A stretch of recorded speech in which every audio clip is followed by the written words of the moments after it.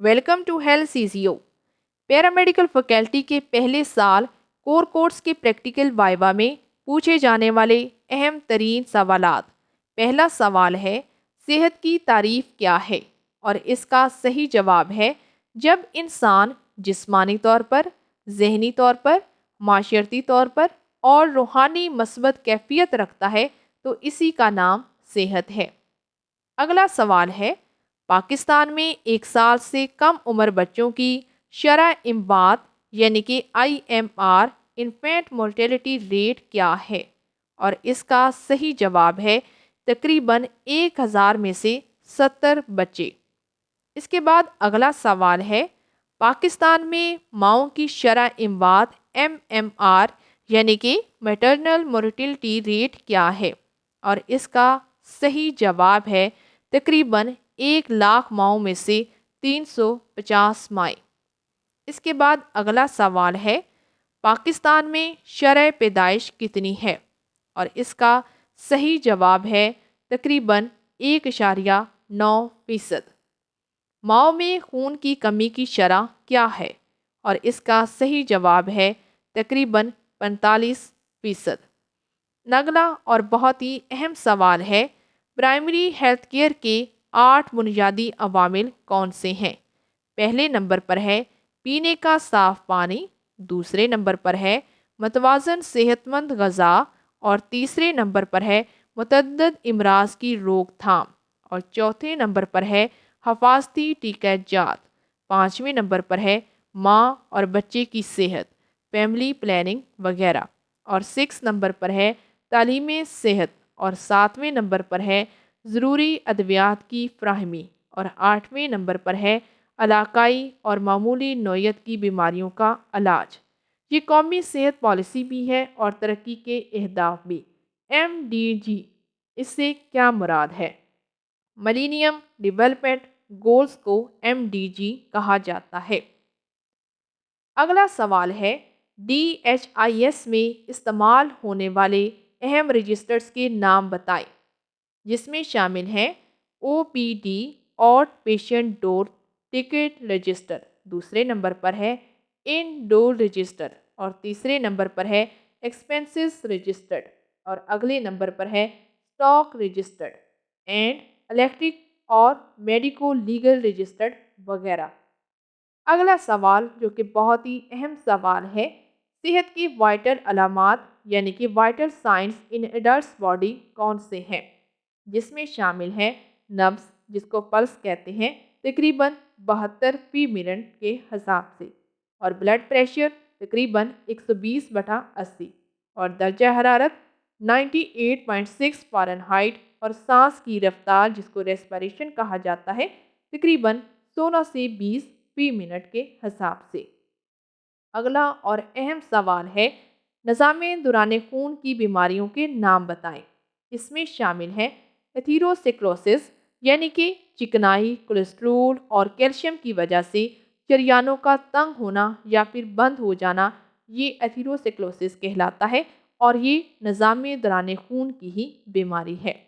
और इसके बाद दूसरी बीमारी है एंजाइना पेक्टोरिस और ये ऐसी बीमारी है जिसमें इंसान को दिल का दर्द महसूस होता है।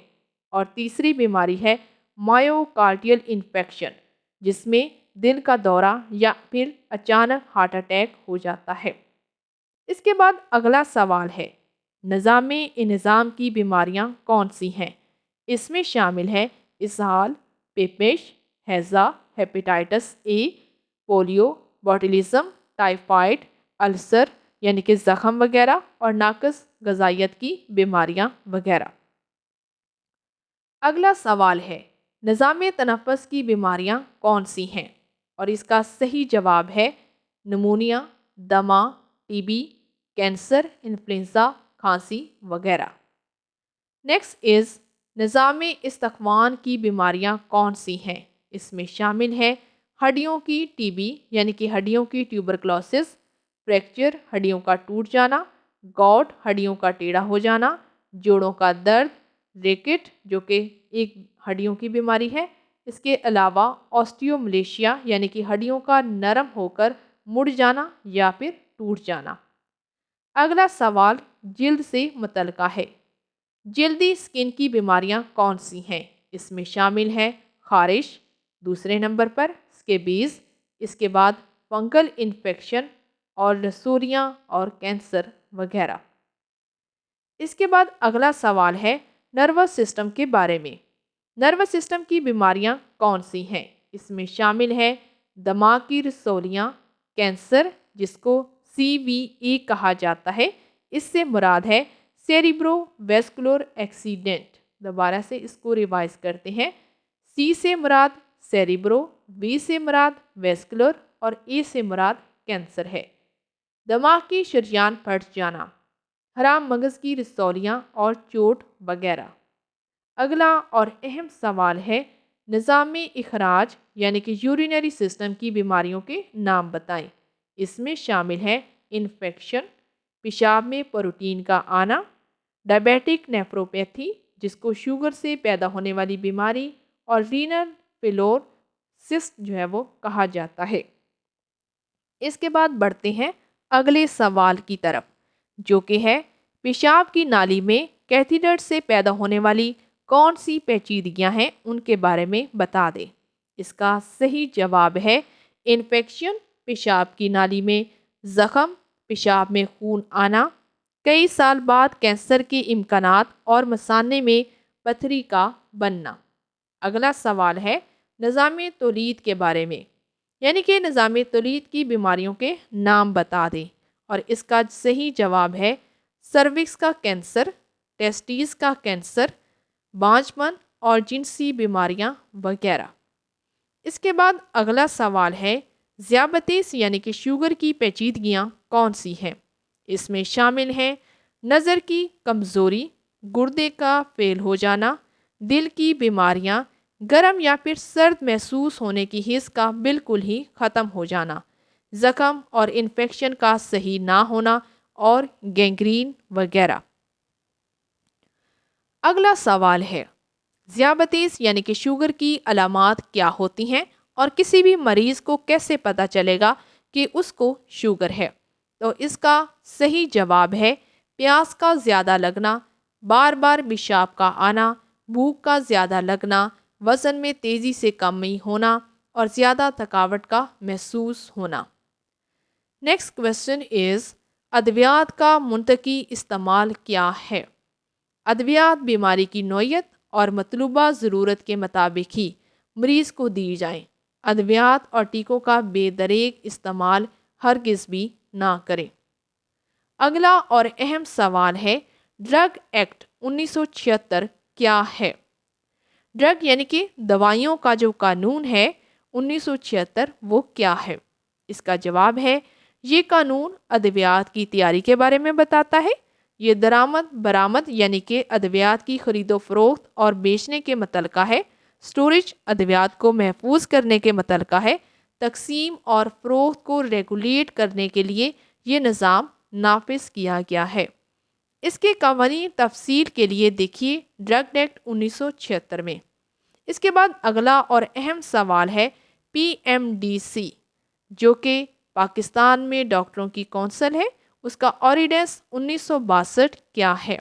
और इसका सही जवाब है ये ऑर्डिनेंस एलोपैथिक मेडिसिन के मिस यूज़ यानी कि गलत इस्तेमाल की रोकथाम के लिए नाफिज किया गया है कि कोई भी शख्स जब तक वो रजिस्टर्ड मेडिकल प्रैक्टिशनर ना हो वो मेडिसिन की प्रैक्टिस हरगिज़ भी नहीं कर सकता और ना ही वो अपने नाम पते के साथ डॉक्टर का लफ्ज़ इस्तेमाल कर सकता है।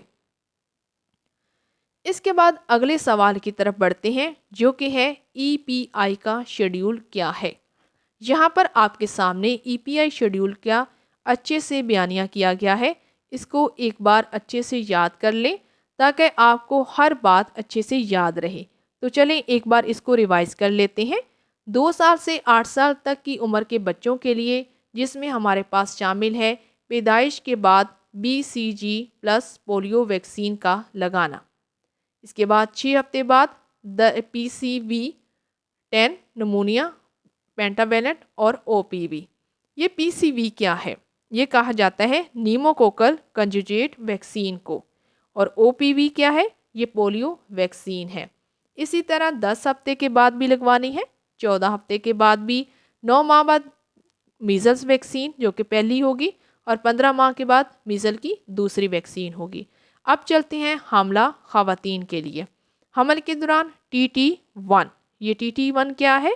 ये टेटनस टॉक्सिकाइड का पहला इंजेक्शन है। पहले टीके के बाद यानी कि 1 माह के बाद फिर दूसरा, और दूसरे टीके के तकरीबन 6 महीने बाद तीसरा टीका लगाना है, और तीसरे टीके के तकरीबन 1 साल के बाद आपने इसका चौथा टीका लगाना है, और चौथे टीके के तकरीबन 1 साल के बाद 5वां टीका लगाना है। तो ये आपने EPI का जितना भी शेड्यूल है ये अच्छे से याद कर लेना है। इसके बाद बढ़ते हैं अगले सवाल की तरफ। मुख्तलिफ बीमारियां यानी कि शुगर, ब्लड प्रेशर, कैंसर, दिल की बीमारियां, इनकी रोकथाम में अलाइड हेल्थ प्रोफेशन का क्या किरदार है? इसका सही जवाब है लोगों को तालीम सेहत देना, नशा और तंबाकूनोशी से परहेजगारी, वर्जिश करना, सादा ग़िज़ाएँ खाना, सब्जियों का इस्तेमाल करना, नमक का और कैफ़ीन के ज़्यादा इस्तेमाल से परहेज़ करना, कम चिकनाई, बाकायदा मेडिकल चेकअप करवाना, अद्वियात का बाकायदगी से इस्तेमाल की तरगीब, तालीम, बच्चों और माओं की हिफाजती टिकाजात लगवाने, कमी की तलकीन करना। अगला और अहम सवाल है, प्राइमरी हेल्थ केयर क्या है? ये सेहत की वो ज़रूरी देखभाल है जो अफराद और कम्युनिटी को इनकी भरपूर शिरकत से काबिल कबूल और ज़राए से मैसर हो, और इसकी लागत इनके लिए काबिल बर्दाश्त भी हो। अगला और अहम सवाल है, ABC यानी कि तिब्बी इमदाद में किस किस्म का मुखफ़फ़ है? ए से मुराद है एयरवे यानी कि सांस के रास्ते को साफ करना, और बी से मुराद है ब्रीथिंग यानी कि मरीज़ का मसनूई सांस लेना। इसके बाद हमारे पास तीसरे नंबर पर है सर्कुलेशन करना, यानी कि खून की सर्कुलेशन को बहाल करना। और इसके बाद हमारे पास अगला सवाल है, बच्चों की एमरजेंसी के इलाज का तरीक़ाकार क्या है? और इसका सही जवाब है, इसका बुनियादी तरीक़ाकार ABC वाला है, वही ABC जो कि हम यहाँ पे पढ़ चुके हैं। लेकिन इसके लिए खुसूसी ट्रेनिंग और खुसूसी आलात की ज़रूरत होती है। इसके लिए बच्चे को अस्पताल रेफ़र वगैरह किया जाता है। अगला और अहम सवाल है, बर्न यानी कि जल जाने से क्या मुराद है?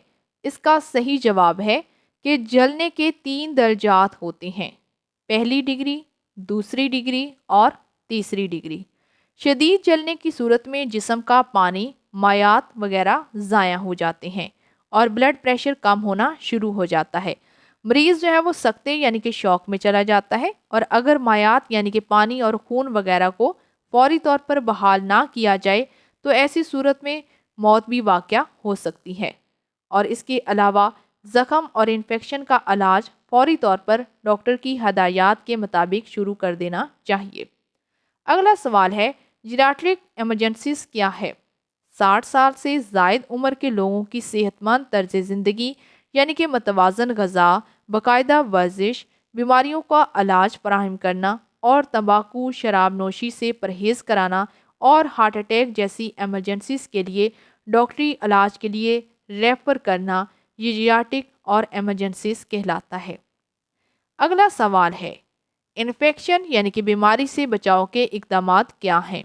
और इसका जवाब है, पहले नंबर पर तशख़ीस यानी कि इब्तदाई इलाज, और दूसरे नंबर पर नोटिफिकेशन यानी कि महकमा सेहत के हकाम को इतला देना, और तीसरे नंबर पर है मरीज़ों को अलहदा करना और लवाहिकीन को हिफाजती टीकाजात वगैरह लगाना। चौथे नंबर पर है मरीज़ के ज़ेरे इस्तेमाल अशिया को तलब करना, और 5वें नंबर पर है बीमारी से बचाव के लिए लोगों को तालीम सेहत देना। Next question is, heart attack यानी कि दिल का दौरा और तिब्बी इमदाद से क्या मुराद है? और इसका जवाब है, छाती और बाजू में दर्द का होना, सांस का फूल जाना, बदहज़मी होना, और इसके अलावा पेट और सीने में जलन होना, चेहरे का जर्द पड़ जाना, पसीना आना या फिर बेहोश हो जाना वगैरह। फौरी तौर पर इमदाद अगर देनी है तो इसमें शामिल है कि मरीज़ को लुटा दें और तसल्ली दें, सर उसका नीचे रखें, مریض ہوش میں ہو تو ایسپرین کی گولی اس کو کھلا دیں، اور اگر درد جو ہے وہ شدید ہو تو درد کو کم کرنے کے لیے کوئی بھی پین کلر والا انجیکشن لگا دیں، اور اس کے بعد ایمبولینس کو منگوائیں اور ڈاکٹر کے پاس فوری طور پر ریفر کر دیں۔ اگلا اور اہم سوال ہے، گھریلو حفاظت یعنی کہ سیف ہاؤس کے اہم نکات کون سے ہیں؟ جس میں ہمارے پاس پہلے نمبر پر ہے راستوں پہ روشنی کا مناسب انتظام کرنا، اور اس کے بعد ہمارے پاس دوسرے نمبر پر ہے بستر پر تمباکو کو نوشی نہ کرنے دینا، اور تیسرے نمبر پر ہے بجلی کے کرنٹ سے بچنے کے لیے حفاظتی انتظامات کرنا، اور چوتھے نمبر پر ہے آگ بجھانے کے انتظامات کرنا، اور پانچویں نمبر پر ہے بچوں کے بستر کے کنارے اونچے رکھنا اور ادویات بچوں کی پہنچ سے دور رکھنا۔ 6 نمبر پر ہے بجلی کا جنریٹر اور گیس کا سلنڈر کمرے سے باہر رکھنا، اور 7ویں نمبر پر ہے سوئی گیس کا ہیٹر سونے سے پہلے بجھا دینا، اور 8ویں نمبر پر ہے سیڑھی سے حفاظتی دروازے بنانا، اور 9ویں نمبر پر ہے سیڑھیوں میں مناسب لائٹ کا انتظام کرنا۔ 10ویں نمبر پر ہے باورچی خانے کا حفاظتی دروازہ لگانا، اور 11ویں نمبر پر ہے مومر یعنی کہ بڑے لوگوں کے لیے سیڑھیوں پر جنگلہ وغیرہ بھی لگانا، اور 12ویں نمبر پر ہے حفاظتی یعنی کہ حفظان صحت کی اصولوں کے مطابق صفائی کرنا، اور 13ویں نمبر پر ہے فرش پر پھسلنے والی چٹائیاں بالکل بھی نہ ڈالیں۔ اگلا سوال ہے، ڈوبنا یعنی کہ ڈرائنگ، ڈوبنے کی وجہ سے پھیپھڑوں میں جو ہوا نہیں جا سکتی بلکہ پانی اندر داخل ہو جاتا ہے اور اس سے موت واقع ہو جاتی ہے، اس کا صحیح جواب کیا ہے؟ اور اس کا صحیح جواب ہے یعنی کہ طبی امداد کس طرح سے دینی ہے؟ منہ کے راستے میں پانی کو تیزی سے نکلنے دینا ہے، سانس کو بحال کرنا ہے اور مریض کو گرم رکھنا ہے۔ مریض کو گرم رکھنے کے لیے فوری طور پر کمبل کا استعمال کریں اور اس کے بعد اس کو ہسپتال میں منتقل کر دیں۔ اس کے بعد اگلا سوال ہے، الیکٹرک برن یعنی کہ بجلی کا کرنٹ لگنا، تو اس صورت میں کیا طبی امداد دی جا سکتی ہے؟ جس میں شامل ہے بجلی کی سپلائی کو فوری طور پر بند کرنا، شوک کا علاج کرنا، برن کا علاج کرنا اور ہسپتال میں منتقل کر دینا۔ اگلا سوال ہے، ہیلتھ کیئر سسٹمز کون سے ہیں؟ جس میں شامل ہے سرکاری ہسپتال، پرائیویٹ ہسپتال، غیر سرکاری ہسپتال یعنی کہ این جی اوز وغیرہ۔ یہ وہ ہسپتال ہوتے ہیں جو کہ تھوڑی سی گورنمنٹ اور تھوڑا سا پرائیویٹ سطح یعنی کہ دونوں کو ملا کے جو چلتے ہیں ان کو این جی اوز کہتے ہیں۔ اس کے بعد اگلا ہے روایتی علاقائی طریقہ علاج یعنی کہ پاکستان میں جو سرکاری ادارے ہیں 20% اور پرائیویٹ ادارے 80% ان کے علاج معالجے کی جو سہولت فراہم کرتے ہیں ان کو روایتی یا علاقائی کہتے ہیں۔ اس کے بعد اگلا سوال ہے، صحت کی سہولیات کا سٹرکچر کیا ہے؟ اس میں شامل ہے پرائمری لیول یعنی کہ دیہی لیول پر پی ایس سی یا بی ایچ یوز کا بنانا، سیکنڈری لیول پر ضلعی اور تحصیل سطح کے ہسپتال بنانا، اور تیسرے نمبر پر ٹرشری لیول یعنی کہ ٹیچنگ ہسپتال وغیرہ بنانا۔ اگلا سوال ہے، بیماری سے بچاؤ کے 3 مراحل لیول آف پریونشنز بتا دیں۔ جس میں شامل ہے ہمارے پاس پہلے نمبر پر پرائمری پریونشن، جس میں شامل ہوتا ہے متوازن غذا کا استعمال، ورزش کرنا، نشہ اور تمباکو نوشی سے پرہیز کرنا، حفاظتی ٹیکے جات لگوانا اور ماحول کی صفائی شامل کرنا تاکہ بیماری بالکل بھی پیدا نہ ہو۔ اور دوسرا ہمارے پاس پریونشن ہے جس کو سیکنڈری پریونشن کہا جاتا ہے۔ اگر بیماری پیدا ہو جائے تو فوری تشخیص اور علاج کیا جائے تاکہ بیماری شدت اختیار نہ کر سکے اور اسے کنٹرول بھی کیا جا سکے۔ اور تیسرے نمبر پر ہے جس کو ٹرشری پریونشن کہا جاتا ہے، اس میں شدت کی بڑھی ہوئی جو بیماری ہوتی ہے اس کے مضر اثرات کی روک تھام شامل ہے، جیسے کہ پولیو کے مریض کو معذوری سے بچانا۔ اب بڑھتے ہیں اگلے سوال کی طرف جو کہ ہے health management information system HMIS اور DHIS، ان سے کیا مراد ہے اور یہ کیا ہے؟ بیماری اور اموات جیسے اہم واقعات یعنی کہ وائٹل جو ایونٹس ہوتے ہیں ان کو رپورٹ کرنے اور ان کا تجزیہ کر کے ان کی روک تھام کے لیے پروگرام مرتب کرنے اور ہیلتھ پالیسی تیار کرنے کی جامع رپورٹ تیار کرنے کا نیا مربوط نظام بنانا، یہی ہمارے پاس ہیلتھ مینجمنٹ انفارمیشن سسٹم یعنی کہ DHIS district health information soft where کہلاتا ہے۔ اب بڑھتے ہیں اگلے سوال کی طرف، جو کہ ہے DHIS اور HMIS میں رپورٹ کی جانے والی 18 بیماریوں کے نام بتا دے۔ پہلے نمبر پر ہے EPI پروگرام کی 9 بیماریاں، کون سی ہیں؟ اس میں شامل ہے پولیو، TB، خسرہ، کالی کھانسی، خناق، ٹیٹنس، ہیپاٹائٹس، نمونیا، گردن توڑ بخار، اسہال، پیپش، ملیریا، سکیبیز، سانپ کا کاٹ جانا، کتے کا کاٹ جانا، گلڑ کا کاٹ جانا، ایڈز، HIV، HBV اور HCV وغیرہ۔ اس کے بعد بڑھتے ہیں اگلے سوال کی طرف، انسانی جسم کی اہم ہڈیوں کے نام بتا دیں۔ آپ اس سوال کا جواب اناٹمی اور فزیالوجی کی پلے لسٹ میں بھی جا کر دیکھ سکتے ہیں، وہاں آپ کو ڈیٹیل کے ساتھ تصاویر کی مدد سے سمجھایا گیا ہے۔ تو چلے یہاں پر بھی اس کا جواب جاننے کی کوشش کرتے ہیں۔ انسانی جسم کی اہم ہڈیوں میں شامل ہیں ربس، یہ کہا جاتا ہے چھاتی کی پسلیوں کو، اسکیپلا، یہ کہا جاتا ہے کندھے کو، کلیویکل، ہنسلی کی ہڈی، مینڈیبل، ٹھوڑی کی ہڈی، اسکل یعنی کہ آپ کے سر کی کھوپڑی، پیلوس یعنی کہ کولہے کی ہڈی،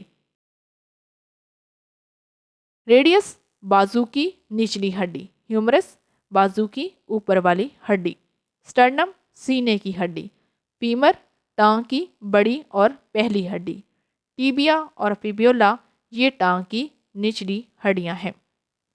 اس کے بعد بڑھتے ہیں اگلے سوال کی طرف، جو کہ ہے انسانی جسم کے اہم عضلات کے نام بتائیں۔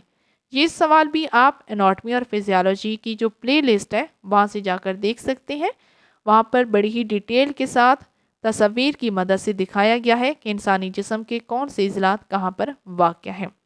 تو چلیں یہاں پر بھی دیکھ لیتے ہیں۔ اس میں شامل ہے سٹرنومیسٹوائڈ مسلز، ٹرائسیپس اینڈ بائسیپس، یہ دونوں بازو کے مسلز ہیں، ڈیلٹوائڈ یہ بھی بازو کا مسل ہے، گلوٹس، اسٹیروٹس، کوریڈیسپس، ٹیبیلس، سویلیس، ریکٹس، ایبڈومینس اور پیکٹورلس وغیرہ۔ چلیں آگے بڑھتے ہیں، اگلا سوال ہے کھوپڑی کی ہڈیوں کے نام بتائیں۔ اس میں شامل ہے فرنٹل بون، یہ ماتھے کی سامنی ہڈی کو کہا جاتا ہے، پیرائٹل بون یہ سر کے اوپر والی دونوں اطراف والی ہڈیوں کو کہا جاتا ہے، ٹیمپورل بون یہ کن پٹی کی ہڈی کو کہا جاتا ہے، یہ کان کے بالکل اوپر واقع ہوتی ہے، اوسیپیٹل بون یہ سر کا پچھلا جو حصہ ہوتا ہے اس ہڈی کو کہتے ہیں، سفینائڈ اینڈ ایتھمائڈ بون۔ اس کے بعد اگلا سوال ہے موہروں کی ہڈیاں یعنی کہ ورٹیبرا کی کتنے نام ہیں اور ان کی تعداد کیا ہے؟